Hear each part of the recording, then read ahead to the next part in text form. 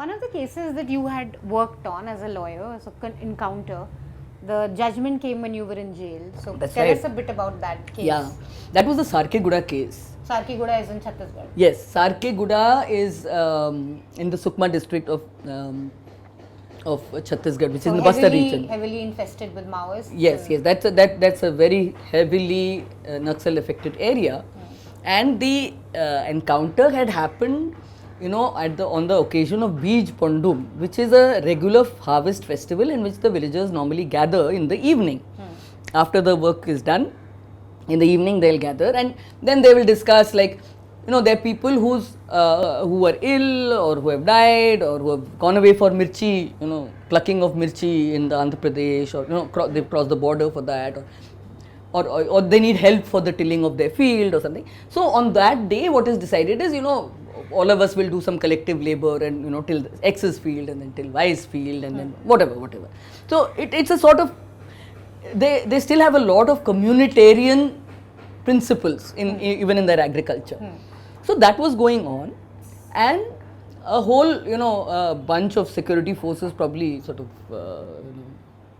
surrounded them from various sides, and then there was police firing, and several people died on the spot, and a couple of people were killed even the next morning, even after the lights had come and people were aware what's happening.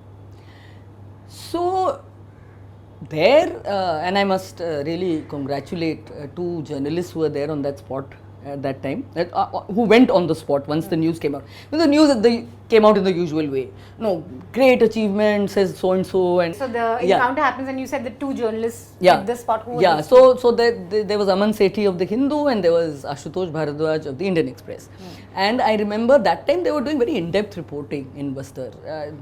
Today, I mean, it's unfortunate that such in-depth reporting, I mean, Hindu no longer has a reporter there. So they actually went down and they actually saw, they're all villagers, all had identity cards, totally unarmed, and 8 of them were children, they were minors. Some of them were school going and they had all the certificates and everything. So the first story was broken by them. Now once the story was broken, there was a very brave young woman there called Kamla Kaka. She actually, and she was helped a lot by an ex-MLA from there, Manisha Kunjam. So Manish Kunjam ji and Kamla Kaka and all the people of the village got together. They went to the CM, they went to the president, they went to the governor, various places, and they said, look, this is a fake encounter.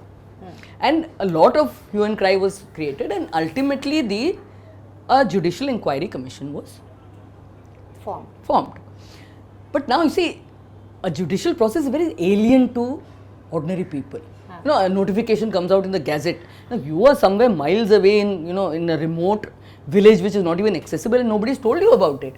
So it's hard enough for people in the city, like so you didn't even know. So the date was running out, and I just went to check that have anybody come from there, and I found that nobody has come. And then I remember telephoning the secretary and then telephoning the judicial the Justice Mr. Agarwal personally, and saying that, look, I mean, the news has not reached the village, and we must extend the time. They need to come there and depose. Please, please extend the time, because we need to extend the time. And also the ones who have come have not come with all their documents, because they were not aware कि उनको Aadhaar card लाना है, ये लाना है, वो लाना है, and they've just arrived here, and we need to properly brief them and all that.